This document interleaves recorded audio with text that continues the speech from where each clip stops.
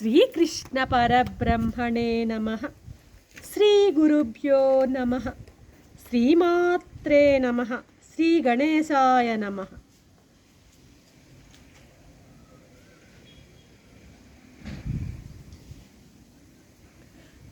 ప్రియాత్మ బంధువులారా, నిత్య జీవితంలో భగవద్గీత 373వ భాగం 15వ అధ్యాయం పురుషోత్తమ ప్రాప్తి యోగం.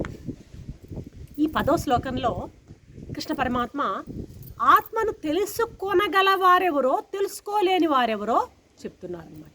ఎవరు ఆత్మను తెలుసుకోగలరు, ఎవరు తెలుసుకోలేరు, ఈ విషయాన్ని 10వ శ్లోకంలో చెప్తున్నారు. ఉత్క్రామంతం స్థితం వాపి గుణ్యానం వా గుణాన్వితం విమూఢానాను పశ్యంతి జ్ఞానచక్షుషః అంటున్నారు స్వామి.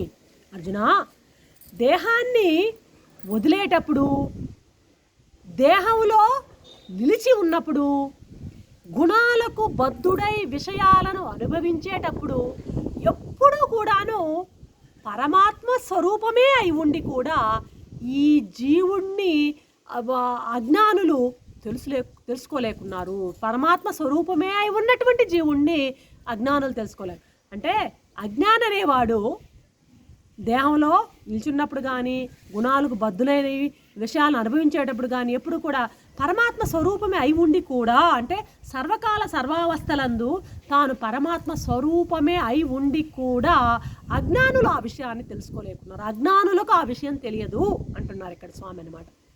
జ్ఞాన నేత్రం కలవాళ్ళు ఉపాధుల ద్వారా ఎంతెంతగా వేరువేరుగా కనిపిస్తున్నా ఉపాధులతో తాదాత్మ్యం చెందరు. వీళ్ళు ఉపాధులతో తాదాత్మ్యం చెందకుండా జీవుని యొక్క నిజస్వరూపాన్ని దర్శిస్తూ ఉంటారు. జ్ఞానులైన వాళ్ళు మాత్రము ఈ లోపలన్నటువంటి ఈ యొక్క ఆత్మకి అసంగుడు, ఇతను ఈ ఆత్మ ఈ యొక్క ఉపాధులతో ఏమాత్రము సంగం లేదు, కలియడు, తాదాత్మ్యం ఉండదు, విలక్షణుడు, సాక్షీభూతమైనటువంటి స్వరూపము. ఇవన్నీ కూడా దేహేంద్రియ సంఘాతం అంతటినీ కూడాను, వాటి వ్యాపారాలన్నింటినీ కూడాను సాక్షీభూతంగా చూసేటువంటి లోపలటువంటి చైతన్యమే ఈ ఆత్మ. అంతేగాని ఇవి యొక్క ఉపాధులకి ఆ యొక్క లోపల సాక్షి చైతన్యానికి ఏమాత్రం తాదాత్మ్యం లేదు అని జ్ఞాని తెలుసుకుంటూ ఉంటాడనమాట.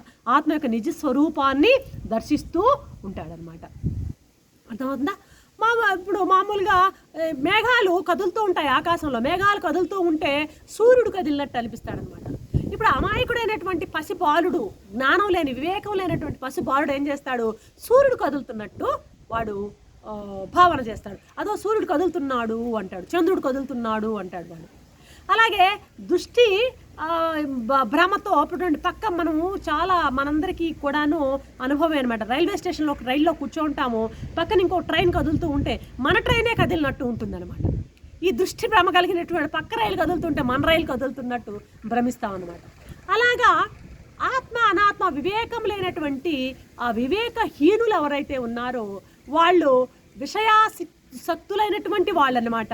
విషయాసక్త చిత్తులైనటువంటి వాళ్ళు, బహిర్ముఖులైనటువంటి వాళ్ళు, అటువంటి వాళ్ళని ఇక్కడ స్వామి అజ్ఞానులు అంటున్నారు. అటువంటి అజ్ఞానులు జీవుని యొక్క పరిశుద్ధమైనటువంటి ఆ స్వరూపాన్ని, ఆత్మ యొక్క శుద్ధమైనటువంటి ఆ స్వరూపాన్ని దర్శించలేరు. వీళ్ళకి ఆసక్తే ఉండదు. ఇప్పుడు ఒక ఎర్రటి గుడ్డపై ఒక స్ఫటికాన్ని, తెల్లటి స్ఫటికాన్ని పెట్టినట్లయితే ఆ స్ఫటికం ఎర్రగా కనిపిస్తుంది అన్నమాట. ఇప్పుడు ఆ ఎరుపు ఎవరిది? వస్త్రానిదే కానీ స్ఫటికానిది కాదు. ఆ వస్త్రాన్ని తొలగించేసినట్లయితే స్ఫటికం యథారీతిలో దాని యొక్క స్వచ్ఛంగా అది గోచరిస్తుంది. ఎర్రగా కనిపించేటప్పుడు ఏమవుతుంది? ఆ తెల్లని ఆ స్ఫటికము ఏం చేస్తుంది?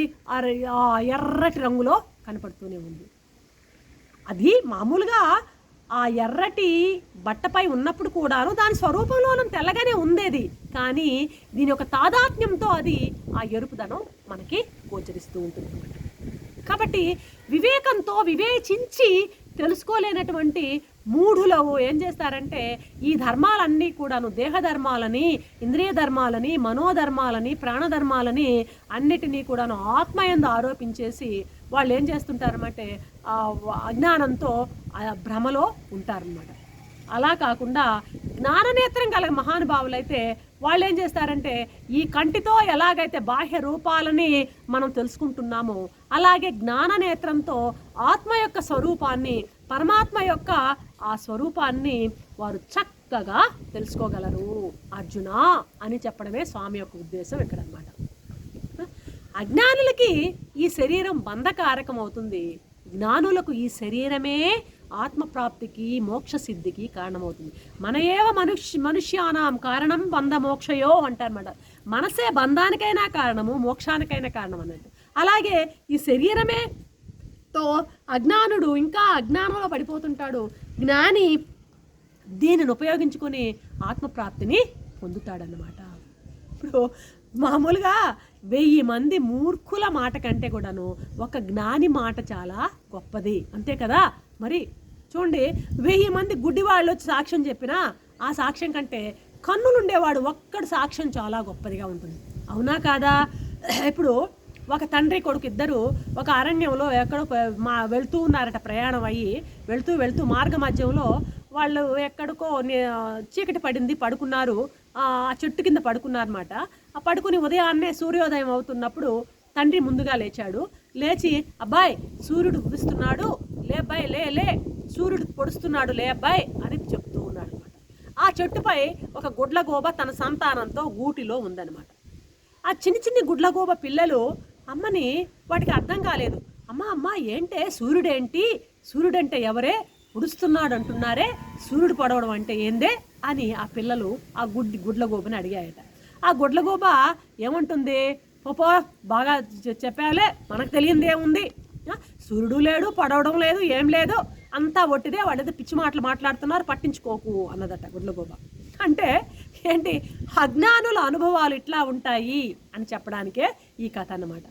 ఇప్పుడు బాహాటంగా ఉండేటువంటి సూర్యుని గుడ్లగూబ ఎలాగైతే చూడలేదో, సర్వవ్యాపకంగా తన స్వరూపంగా ఉన్నటువంటి పరమాత్మని అజ్ఞానులు తెలుసుకోలేరు అర్జున అంటున్నాడు కృష్ణ పరమాత్మను. జ్ఞాన నేత్రం ఎవరికైతే ఉంటుందో వాళ్ళు మాత్రమే సర్వత్రా సత్తా స్ఫూర్తులతో వెలిగేటువంటి పరమాత్మను ఆత్మ లోపలనే స్వాత్మ రూపంగానే, తన లోపలే ఉన్నటువంటి ఆత్మని స్వాత్మరూపంగానే దర్శిస్తారు. ఈ అజ్ఞానం ఎంతవరకు ఉంటుందో అంతవరకు జ్ఞాననేత్రం తెలుసుకోదు. అజ్ఞానం తొలగితేనే జ్ఞాననేత్రంతో భగవంతుణ్ణి లీల, ఆ యొక్క నటన, అవన్నీ భగవంతుని యొక్క ఆ యొక్క లీల అంతా కూడాను ప్రత్యక్షంగా గోచరిస్తుందయ్యా. కాబట్టి ఈ అజ్ఞానం తొలగించుకోవడమే మనం చేయవలసింది, మీరు చేయవలసింది అర్జున అని కృష్ణ పరమాత్మ అర్జునుని నిమిత్తంగా మనకందరికీ బోధ చేస్తున్నాడు. రేపటి ఎపిసోడ్లో మరొక అంశంతో మీ ముందుంటాను. అంతవరకు సెలవు. సర్వం